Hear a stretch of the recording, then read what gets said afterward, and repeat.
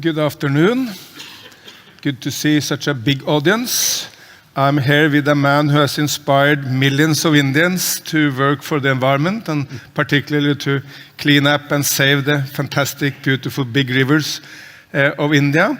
So I think we will explore a little bit what inspires you and then how you're able to inspire others, and then later we'll move on to maybe the more practical issues regarding how you can achieve such a big movement in India. But let's start there. I mean, how you have been inspired to start working for the environment?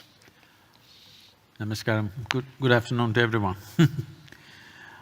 My engagement with rivers and forests of southern India started very early for me. When I was 8–9 years of age, if I got enough money to buy food for 3 to 4 days, I just managed this and disappeared into the jungles by myself. Well, it was a big concern for those who bore me, but But they liked it or? I just lived in the jungles and when I was there, I did not experience this as some kind of nature or natural beauty. I just saw it as a life larger than myself. And when I was 17, I floated down Kaveri river for 163 kilometers for 13 days, eating off the river, living off the river, just on 4 truck tubes and a few bamboos. And the river is a life beyond you and me. People like you and me come and go, but these rivers have been flowing for millions of years and they must flow forever. But such a mighty life, we've brought it down to its knees today. The rivers that I saw at that time, 50 years ago, and the rivers that I see today are just half of what they used to be. They say average depletion is around 44%, but many rivers are well below half, and many of them which were perennial for millions of years have become seasonal rivers. This year, Kaveri did not touch the ocean for 3.5 months. It dried up 170 kilometers inland. The entire length of Kaveri in Tamil Nadu, between these two states, Karnataka and Tamil Nadu, there is a big war for water. It's going on for the last 25 years. But the entire length of the river is only 430 kilometers. But it dried up 170 kilometers inland. And the sad part is when we did this painting competition across the country in over 160,000 schools, many children, when we asked them to paint a river, they just painted sand.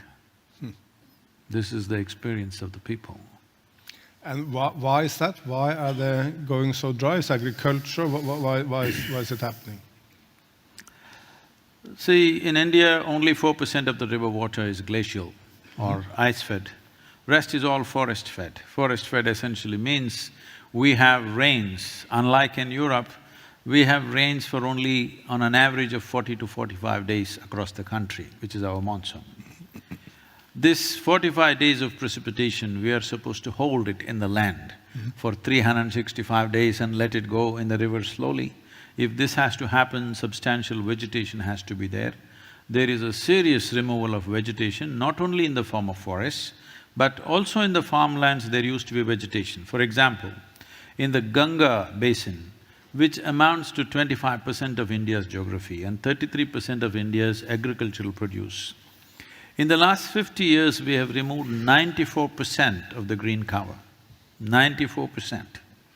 This has happened mainly because I know this well because 45 years ago I was into farming and at that time when the new movement came of green revolution where we started using fertilizers for the first time, chemical fertilizers, fertilizer companies openly advised every farmer to remove all the trees because fertilizer gets absorbed by the aggressive root system of the trees and it will not produce yield for the crops. So, across the country in the last 35–40 years, a huge depletion of green cover happened. That is the main reason why waters have receded. Another thing is there is a serious exploitation of groundwater, which is an inevitable consequence of not having enough water in the rivers. In your video you said something like, people believe that water brings forest, but the opposite is more true, forest brings water. It is so, there is substantial science today to show you that it is the tree cover which attracts rain. And right now, we see that wherever the rains happen in India, the monsoon is becoming so scattered, though the same volume of water is coming down in principle. In the last 100 years, there's not been too much variation in the amount of water or the precipitation coming down on the Indian subcontinent. But where it is coming down, in what patterns it is coming down has completely altered, mainly because of lack of green cover. And today there is no more debate about it, everybody knows that it's the forests which draw water or rain.